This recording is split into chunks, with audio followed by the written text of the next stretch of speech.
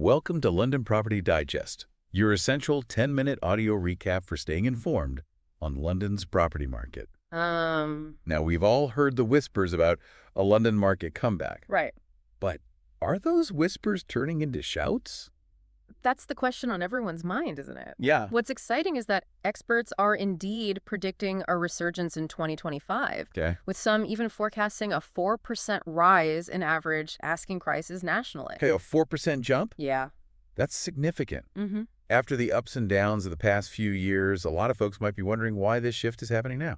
It's fascinating, really. Yeah. This projected growth aligns with long-term average increases. Okay. Think of it as a return to a more stable, predictable market after the exceptional pandemic-driven surges we saw in the early 2020s. Yeah. Plus, there's a sense that London is regaining its global appeal, Okay. with workers and international buyers returning to the capital. It sounds like there's a renewed energy in the air. Yeah, And more choices than ever before. absolutely. I've heard the number of available homes per estate agent branch Right. is at a 10-year high. Uh-huh. That's good news for buyers. Right? Absolutely. It means more options. Yeah. And potentially less competition. Right. Plus, while London property prices have always had that premium feel, Yeah. the gap between London and the rest of Great Britain has been narrowing. Okay. Over the past 5 years, London prices have risen by 12%, Okay. while the rest of the country saw a 21% increase. So London property is becoming relatively more attainable compared to other areas. Yeah. Is that what you're saying? That's one way to look at it. Okay. It makes you wonder if this trend will continue. Yeah. And with companies increasingly calling their employees back to the office, Uh-huh. the demand for London living could really heat up. Okay. Increased demand, more choice for buyers. Mm-hmm. It seems like things are looking up for London. Yeah. But there's one group that I'm particularly interested in. Okay. First-time buyers. There's a lot of talk about upcoming stamp duty changes, which could mean significant savings for those entering the market, Yeah. especially for properties under £300,000. That's right. Okay. And what's interesting is that there's a good supply of homes in that price range at the moment. Right. Couple that with the stamp duty adjustments. Yeah. And it's looking increasingly attractive for first-time buyers to take the plunge. So it's a good time to be a buyer in London. Sounds like it. It seems like the stars are aligning, Huh? at least for certain segments of the market. Right. But we've got to talk about the elephant in the room. Okay. Mortgages. Right? Rates have been a roller coaster lately. They have. What's the outlook for the next year or so? Well, predictions suggest that average 5-year and 2-year fixed mortgage rates Okay. could settle around 4% by the end of 2025. Okay. Now, we always have to be cautious about predictions, Right. but this potential for lower rates could really boost confidence for those looking to buy or remortgage. Lower rates and more stability, that would be a welcome change for a lot of people. I think so. But before we get too carried away, let's talk about what this means for those who already own property in London. Okay. What about the remortgaging landscape? Remortgaging. Yeah. It's not always the most exciting topic, Right. but it's crucial for homeowners. Yeah. We're likely to see a busy year for lenders in 2025 Okay. as they compete to attract homeowners looking to remortgage. Right. You see, those historically low rates, many secured back in 2020 on 5-year fixed deals, are coming to an end. So those who locked in those super low rates might be in for a bit of sticker shock when they have to remortgage. It's possible, yes. Yeah. They'll likely be facing higher rates. Okay. But on the flip side, anyone who took out a 2-year fixed rate after the mini budget, when rates were higher, Yeah. might actually see their costs decrease when they remortgage. Oh, interesting. It's a mixed bag, depending on when you secured your initial mortgage. It sounds like 2025 could be a dynamic year Yeah, for both buyers and homeowners in London. it does. A potential resurgence is on the horizon, but it's clear that there are many factors at play, Right. each with its own set of nuances. I agree. It really does feel like there's a shift happening. Yeah, And with all these moving pieces, it's more important than ever to understand the details. right. Let's go back to those stamp duty changes for a moment. Okay. It seems like first-time buyers, Yeah. in particular, could benefit. Can you break down what this actually means for them? Absolutely. The stamp duty adjustments coming in April 2025 are designed to make homeownership more accessible. Okay. Essentially, it means lower upfront costs for buyers, Right. particularly those purchasing properties under that £300,000 mark we were talking about. So not only do they have more choices in that price range, Yeah. but they could also save money on stamp duty. Right. It seems like a win-win. It certainly could be. However, there's also an interesting side effect of these upcoming changes. Okay. Some buyers are actually trying to complete their purchases before the new rates kick in Oh. to avoid potentially higher stamp duty charges later.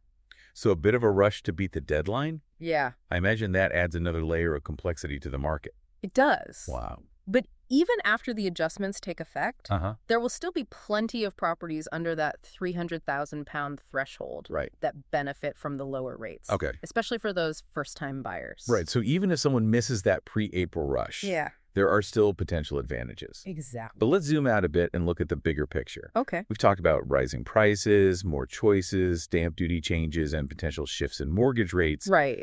What does all of this mean for the average Londoner trying to navigate this market? If we connect all these threads, Yep. it points to a potentially dynamic and active property market in 2025. Okay. Opportunities abound. But it all comes down to informed decision-making. Informed decision-making. I like that. Yeah. Knowledge is power, especially in a market as intricate as London's. Absolutely. We've talked a lot about the positives. Right. But what are some of the potential challenges or risks that buyers and homeowners should be aware of? That's a great question. Yeah. While there's a lot to be excited about, Yeah. we can't ignore the wider economic factors that could influence the market. Oh, wait. Things like global events and inflation, for example. Oh, those are the wild cards that are always difficult to predict. Yeah, they are. How might they impact things? Well, global events can create uncertainty and volatility in financial markets Okay. that can affect lender confidence and Okay. ultimately drive up borrowing costs. And if inflation remains high, it could impact affordability. Uh-huh. People's money simply won't stretch as far. Exactly. Yeah. It's a complex interplay of forces. Yeah. And while we can analyze trends and make forecasts, Mhm. there's always an element of the unknown. I guess that's part of what makes the property market so fascinating. I agree. It's constantly evolving. Yeah. Speaking of fascinating, there was one detail in our research that really caught my eye. Okay. It was about the changing price gap between London and the rest of the country. Oh, I'm intrigued. Tell me more. Apparently 5 years ago, the average home in London cost more than double the national average. Wow.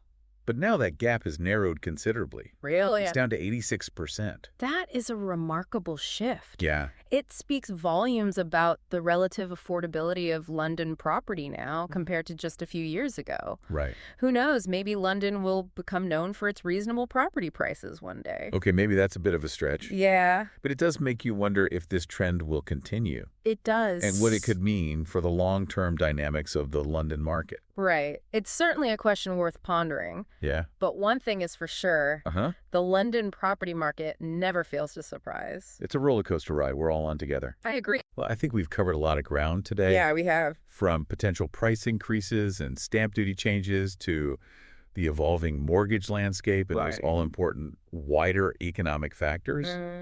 It's a lot to digest. It is. But hopefully our listeners are walking away with a clearer understanding of what's happening in the London property market and what it might mean for them, whether they're buying, selling, or simply staying put. Absolutely. Yeah. We've explored the potential upswings, the challenges, and the ever-present element of uncertainty that comes with navigating the world of real estate. Yeah. But remember, even with all the complexities, knowledge and informed decision-making are your best allies. I couldn't agree more. So to wrap things up, what's the one key message you'd like to leave our listeners with today? I think it's this: London's property market is showing signs of a potential resurgence, Okay. fueled by a confluence of factors. But as with any investment, it's essential to stay informed, do your research, and consider your individual financial situation. Sound advice. Well, there you have it, folks. Yeah. A deep dive into the latest trends and predictions shaping the London property market. It's certainly a dynamic time to be following the London property scene. It certainly is. Yeah. And as we wrap up this deep dive into the London property market, Right. I think it's worth emphasizing that despite any potential challenges, Yeah, there's a real sense of optimism surrounding London. absolutely. There's a unique energy here. Yeah. A buzz that's hard to find anywhere else. It's a global city that's constantly reinventing itself. And it seems like that reinvention is extending to the property market. Right. We've seen how London is becoming relatively more affordable compared to other areas. And with all these factors coming together, the return of workers, international buyers, and the potential for stabilizing mortgage rates, it feels like there's a real opportunity for those who are ready to seize it. I agree. Whether you're a seasoned investor, a first-time buyer looking to finally get your foot on the ladder, or even someone considering remortgaging to take advantage of potential shifts in rates, London has something to offer. But it's not just about the numbers, is it? No. Owning a property in London is about more than just bricks and mortar. It's about becoming part of this vibrant, ever-evolving community. You've hit the nail on the head. It's about the lifestyle, the culture, the sheer diversity of experiences that London offers. And that's something you can't really put a price tag on. Exactly. So as we leave our listeners with that final thought, let me just say, whether you're a longtime Londoner or someone dreaming of making this city your home, the future of the London property market is certainly one to watch. Couldn't agree more. Stay informed, stay curious, and who knows, maybe we'll see you around the neighborhood. Subscribe to London Property Digest for the latest updates on the London property market.